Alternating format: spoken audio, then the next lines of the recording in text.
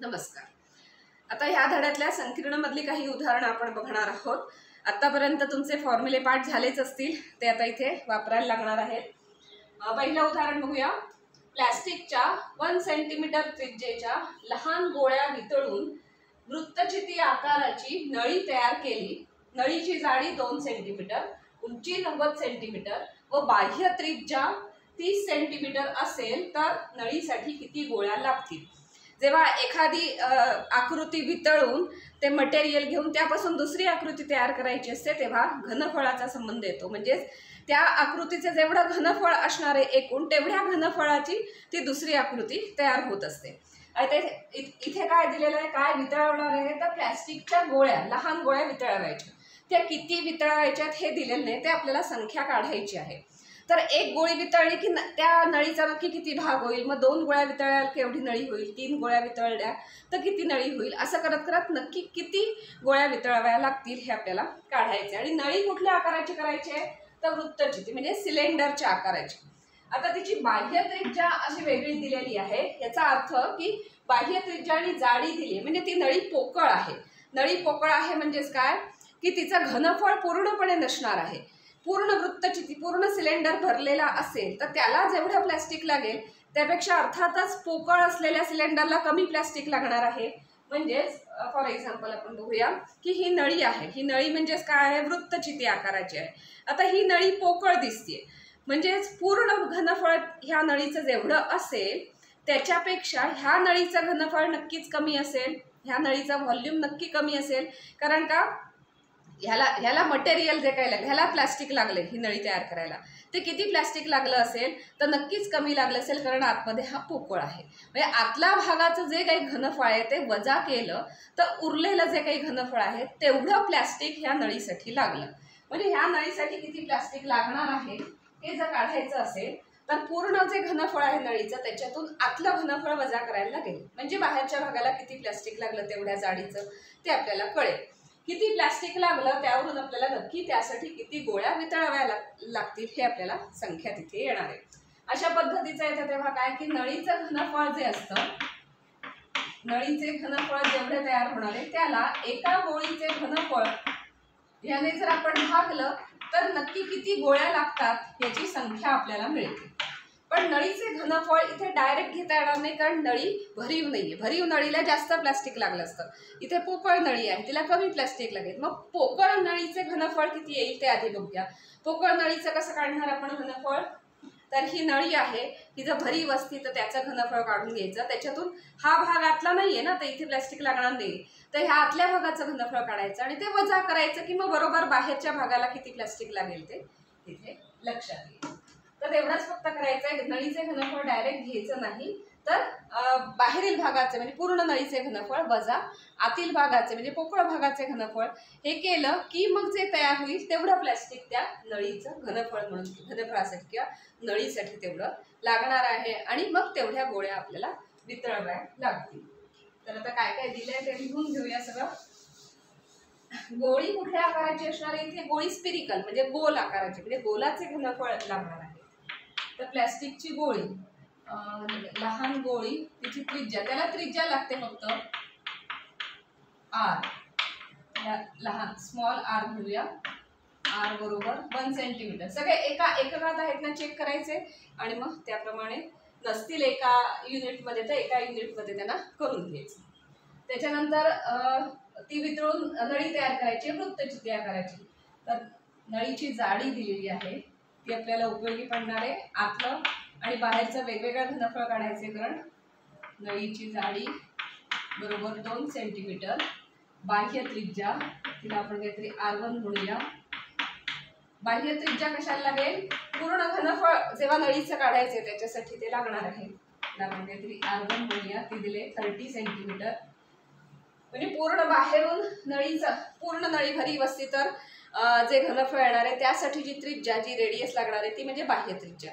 आणि आतलं जे वजा करायचं ते म्हणजे आतील त्रिज्या किंवा पोकळ भागाची त्रिज्या.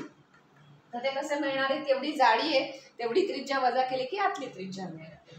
म्हणून नळीची आतील त्रिज्या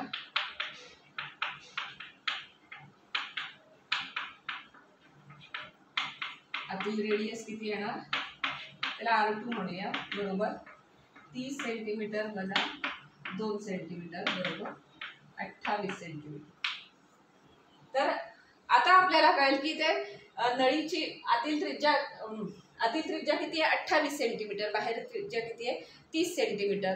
तर आपल्याला फक्त मधल्या भागाचंच घनफळ हवं आहे, तर तेवढंच आपण घेणार आहोत आणि त्याच्याप्रमाणे इथे करणार आहोत. आता गोळीची त्रिज्या दिलेली आहे, त्याच्यावरनं गोळीचे घनफळ बघूया.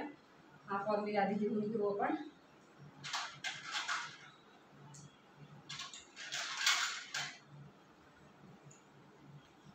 गोळ्यांची संख्या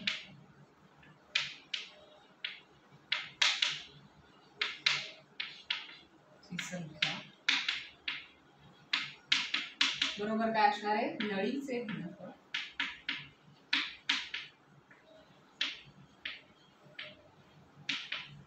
अपॉन एका गोळीचे घनफळ.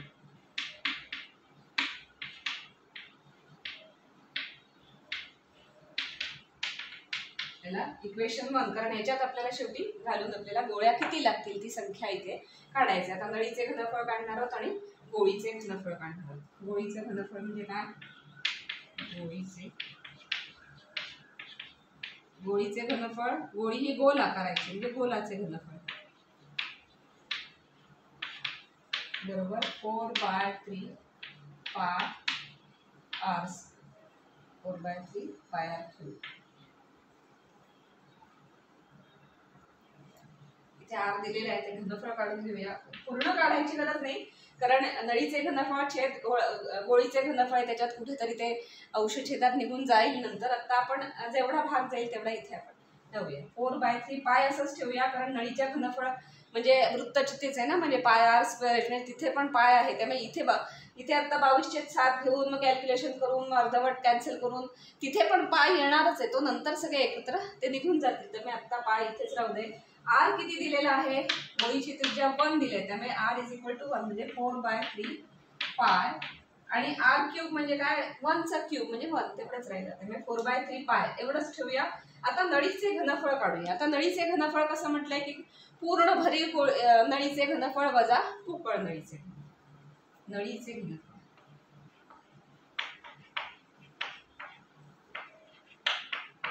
बरोबर, पूर्ण नळीचे घनफळ वजा पोकळ नळीचे घनफळ, पोकळ भागाचे घनफळ, आतील भागाचे.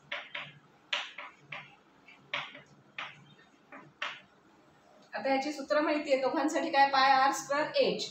एकाचं बाहेरील भागासाठी काय घेतलंय आपण, त्रिज्या r1 घेतलाय, आतील भागासाठी घेतली r2. म्हणजे पूर्ण घनफळ बाहेरील भागाचं आहे, ते म्हणजे किती येणार, पाय r1²h.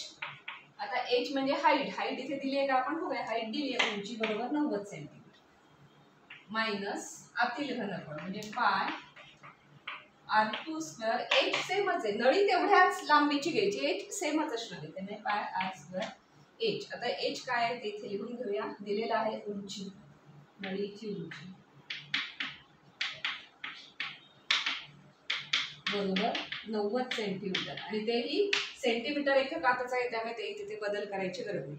आता ह्याच्यात काय काय कॉमन दिसतंय, काय पाय कॉमन आहे, एच कॉमन आहे, कारण पाय तर कॉमन आहेत आणि एच दोघांसाठी सेमच आहे, उंची सेमच आहे, फक्त आतील आणि बाहेरील त्रिज्या तेवढी वेगळी आहे. म्हणजे किती आलं, ते कॉमन आलं पाय एच आणि ब्रॅकेटमध्ये आलं r1² मायनस r2². आता या सगळ्या व्हॅल्यूज आपण घालूया, म्हणजे आपल्याला नळीचे घनफळ मिळेल.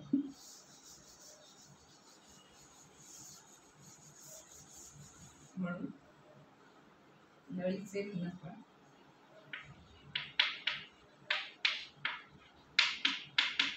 बरोबर पाय, h ची व्हॅल्यू आहे 90 आणि r1 म्हणजे आहे 30, बाहेरील त्रिज्या 30² मायनस 28².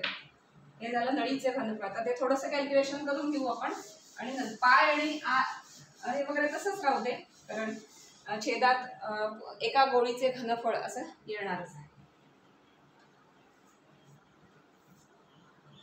फक्त हा ब्रॅकेट आहे तेवढा सोडून घेऊया. 30² वगैरे म्हणजे पाय × 90 × 30 चा वर्ग 900 आणि 784. 28चा वर्ग 28 गुणिले 28 करून बघा 784 येत आहे का.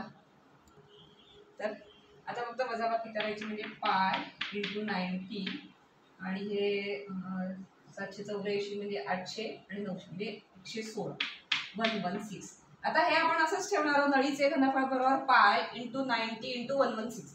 इथेच 90 गुणिले 116 केलं तरी हरकत नाही, पण म्हटलं तसं पुन्हा गोळीचे घनफळ आपण इथे काढून ठेवलेलं आहे आणि तो फॉर्म्युला आहे. त्या फॉर्म्युल्यात आपल्याला घालायचे अंश छेद येणार आहेत, कुठेतरी ते कॅन्सल आउट होईल. तर नळीचे घनफळ आपण काढून ठेवलं, गोळीचे घनफळ काढलं तर त्याला इक्वेशन नंबर 2 म्हणा, त्याला इक्वेशन नंबर 3.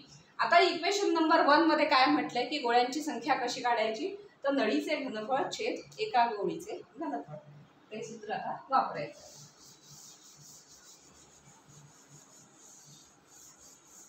इक्वेशन 2 मध्ये आपण एका गोळीचे घनफळ काढलेलं आहे, म्हणून गोळ्यांची संख्या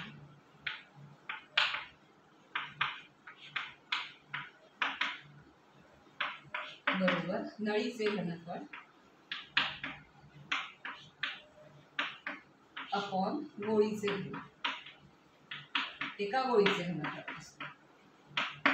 आता ते घेऊया. हे काय आलं, पाय इंटू 90 इंटू 116. नळीचे घनफळ किती आलंय, पाय इंटू 90 इंटू 116 अपॉन एका गोळीचे घनफळ आलंय 4/3 इंटू पाय आणि आर क्यूब मधला R1 असल्यामुळे ते सगळं वेळ. आता हा 4/3 आहे, तो माहिती आपल्याला की इकडे आल्यावर तो हा असा इकडे नेता येतो, पण इकडे नेताना तो उलटा होऊन जातो. म्हणजेच हा 4/3 इथे आहे, तो इकडे जाताना 3/4 अशा पद्धतीने होईल.